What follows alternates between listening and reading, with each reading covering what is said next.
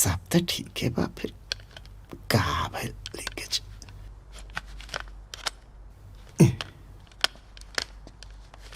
का पंडित? अरे का हो रहा? मर्दो बतावा चाहत रहला गरम है ना? का करतो आप? ऐसे से का करतो? गैस लगा था, लीक करा था। गैस लीक करता? अरे तोहरा बस का 2 मिनट। तोहरे बस का बात ना है, तू भरे जा, 2 मिनट में ठीक कर दे। इंजीनियर है ये सब का। जा जा आओ, तू सबले ठीक हो जाए, जा। अरे बात माना इंजीनियर।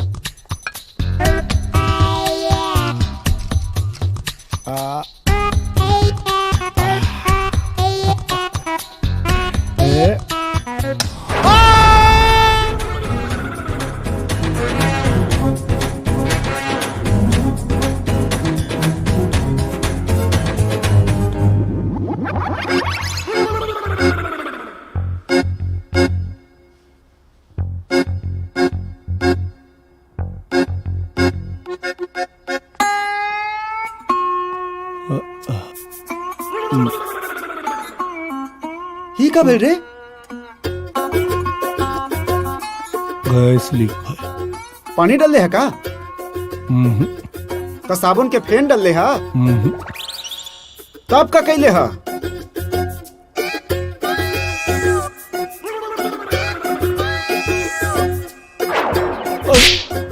पगलेट कहीं का, आगो अपने मरबे, हम हो के मुआ देबे। तोरा के अगर साथी न मानले रहती ना, तो और बोटी बोटी का के 2 रुपया किलो बेच आती बाजार में। हमारी हालत तो के। अच्छा ही बेचे किने के बाद ना बाद में करिए, जो देख पहले गाहक का मांगा था। पगलेट कहीं के, जाओ। सबके मार दी अपना पागलपन से।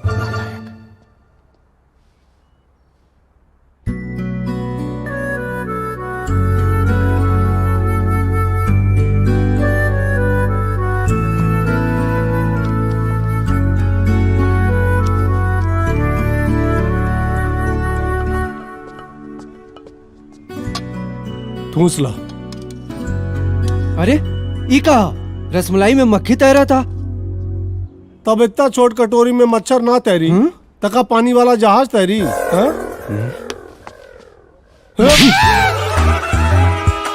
जेके देखा हुआ थपड़िया दे। रसमलाई के जगह पे मक्खी खिया।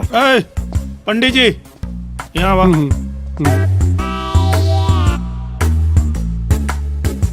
तू जन्मे से भूतिया पैदा भइल हवा कि एकरा खातिर कुछ प्रैक्टिस कैले हवा? जन्म से है पैदाइशी।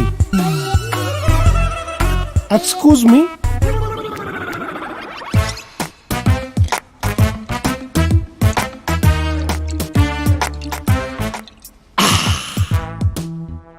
तेरा गम अगर न होता तो शराब मैं न पीता।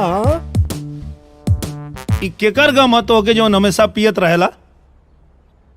भाई साहब केहू का हा, लेकिन ई ना पता केकर गम, पर केहू का गम हा। तेरा गम अगर न होता तो शराब मैं न पीता।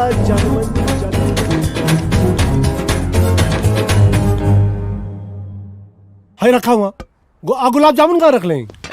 सुना लो, है ना? सुना, मिठाई बना ली है नु, तो सारा मिठाई के बाजार में बंटवा दिया लो। काहे? वो कहे? काहे मतलब? अरे जब मिठाई के स्वाद लोग के जबान पे लागी, दुकान अपने आप चले लगी। ये सही बात कहानी है। ठीक है, चलो चाचा। ठीक। हे सही बात। तने सुना अभी का? एक सोडा का? सोडा। हे, सोडा दे छोटू। और सुना, बढ़िया से लगा के रख दिया अच्छे से, और गुलाब जामुन अमुन सब रख दिया। हे, सोडा दे। सोडा लाओ सोडा। और हाँ, जॉन भी फरमाइश हो, कोई चीज ले आके रख दी। वो लोग जॉन भी मांगे, टाइम पे बन जाए चाहिए। हाँ हाँ ठीक। लेबे गुड़ तू। नाम होगा के चाहिए। काशी बनोले बड़ा, काशी काशी। है ला भैया, घरों ले जाके खियाई है। फिर मैं बता। अरे तू यहाँ अरे लाइन से आवा, चला पकड़ा। सबके मिली। हैं? अब जा यहाँ से। बढ़िया मिठाई बने बा, काशी बनोने वाला काशी। हाँ चलो चलो चलो, खाई बा एक एक कंगनी करके। चट वालों का नाम आओ, ला, जल्दी आओ, ले जा ले हाँ, जा। आओ, आओ। खा के मस्त हो जा लोग। अरे ना बाबू। आराम से जो, आराम से। ला बेटी चलो।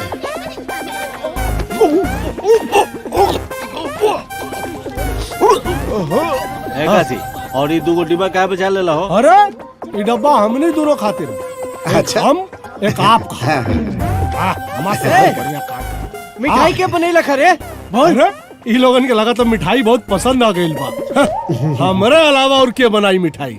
हम बनौनी। अच्छा तो मिठाई में जमल खोटा मिलौने रे।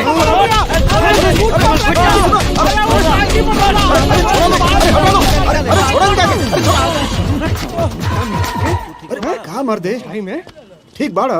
हाँ?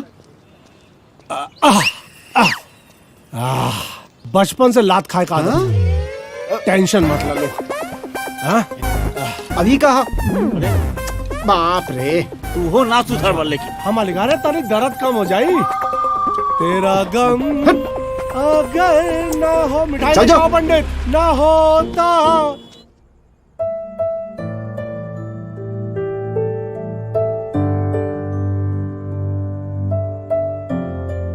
ए बेटा, का सोच रहल बाड़ा?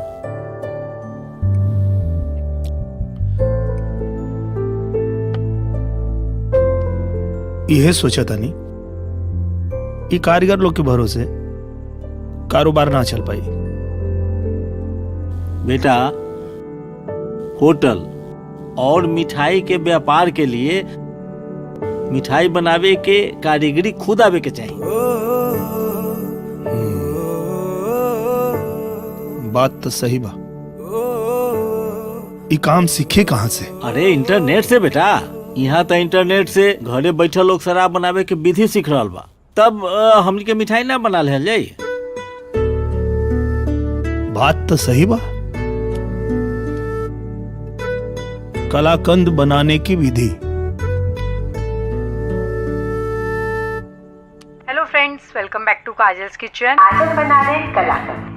मिठाइयों की बात हो और कलाकंद का नाम ना हो, ऐसा हो ही नहीं सकता। कलाकंद एकदम सही बनाने के लिए फ्रेश डेयरी का दूध लिया है। टोटल में 2 लीटर दूध है। हाई फ्लेम पर हम लोग को इसको उबालना है। बीच बीच में चलाते रहेंगे जब तक ये उबले नहीं। नींबू सद का पानी या नींबू का रस एक बार में ज्यादा बिल्कुल नहीं डालना है, वरना दूध फट जाएगा। कलाकंद जो होता है, छेना और गाढ़ा दूध दोनों को अच्छी तरह मैश करने के बाद बनता है। अगर एक बार में हम लोग ज्यादा डाल देंगे ना सिट्रिक एसिड का पानी, तो पनीर अलग होने लग जाएगी और चिट्टी हो जाएगी फिर, जो हम लोग को बिल्कुल नहीं चाहिए। ये कंसिस्टेंसी है। अब हम लोग इसमें चीनी डालेंगे। इसको लगातार चलाते हुए पकाना है ताकि चीनी अच्छी तरह मिल जाए और इसमें थोड़ी सी बाइंडिंग भी आ जाए। पूरी 5 मिनट मैंने मैशिंग कर ली। अपना कलाकंद का मिक्सचर रेडी है। एक ट्रे में मैंने थोड़ा सा घी लगा कर रखा था, इसमें फैलाएंगे अब।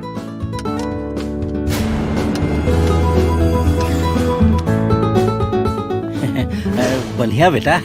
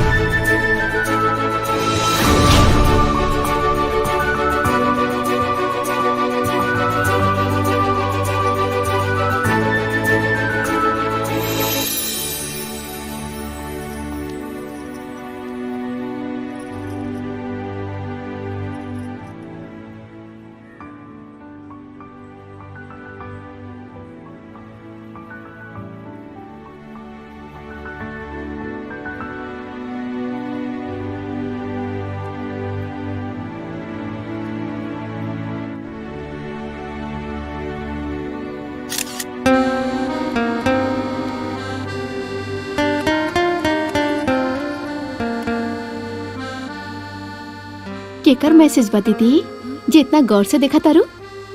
मजनू के। फेसबुक पे लाइव आके अपन दिल के बात बतावे की चाहता जी। पागल। कमी नहीं है पागलों की गालिब, एक ढूंढो तो 1000 चले आते हैं।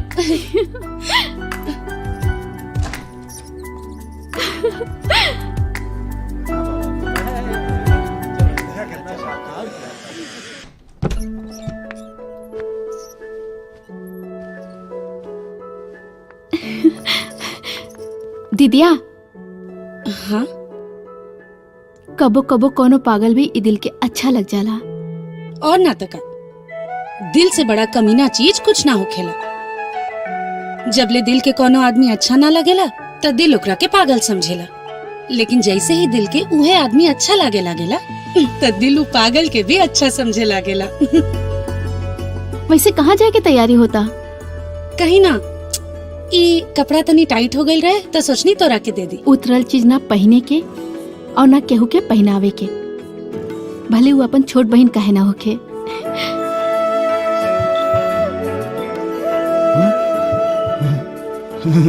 कंचन, ए बेटा कंचन, कंचन बेटी। जी। अरे नहीं आवा। का भेल जी? अरे कंचन खाती खुशखबरी बा। अच्छा? कहाँ बिया?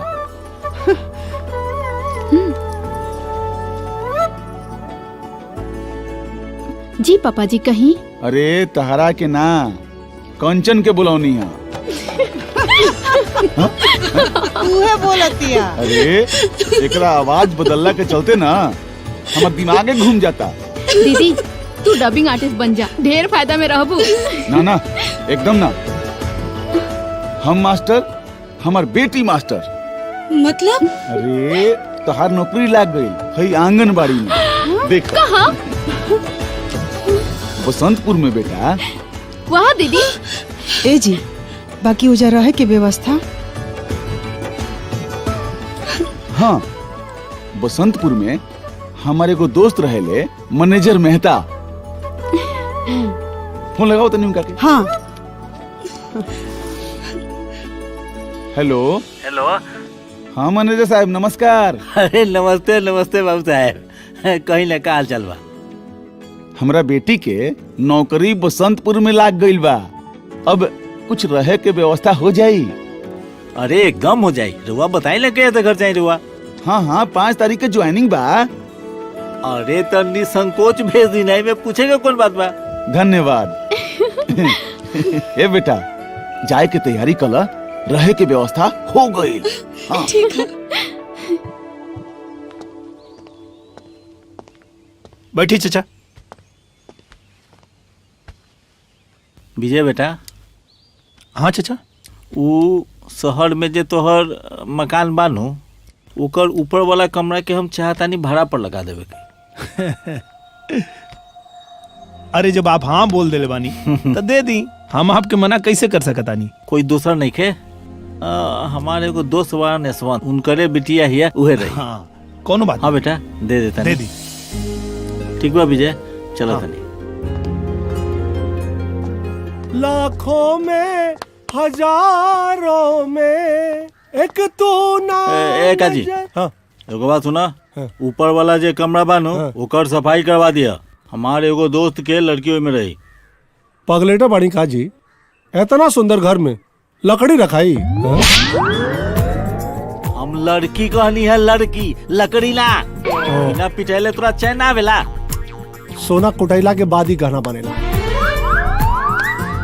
लाखों में हजारों में। रे पत्ता बांटे के तच्चे।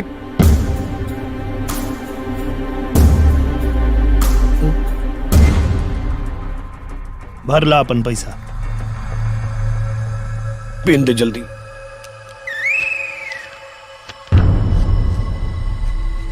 बाउंस हो गई तब?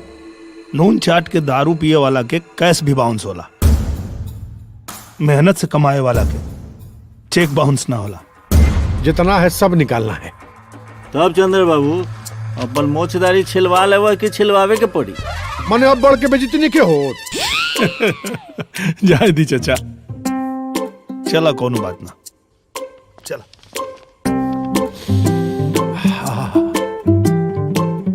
मन कम ने सबा इन्वेस्टमेंट देख ले हो, पूरा आ गई। बैठ आओ भाई गुलाम। हाँ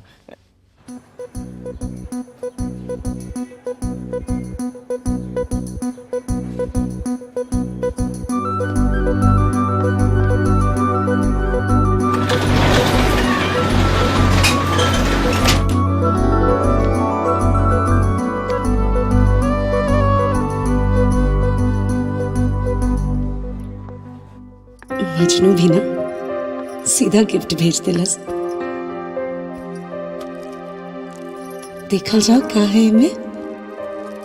अरे दीदिया, ये केकर गिफ्ट हा? केहू भेज ले बा। अच्छा, ऑफिस के एड्रेस पर। हमारा ऑफिस का एक दोस्त यहाँ घर पर लाकर पहुंचौलस।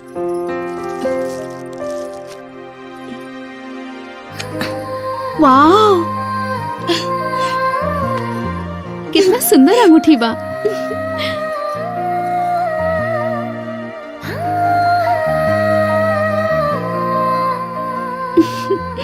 अच्छा कहिलो पहन ले लो, काहे कि अगर हम पहन लेती तब ना नु पहन पाई तू। काहे कि केहू के उतरल तो तोहरा के पसंद नहीं खे। रुको दीदिया। अरे अब तोरा के छिड़ावत रहनी है, तो के पसंद बा तो तू रखा। लेकिन सुना, ई केहू बहुत स्पेशल इंसान गिफ्ट देले बा, एकरा के स्पेशल ओकेशन पर ही पहनी है। ठीक बा? ठीक बा। थैंक यू दीदिया।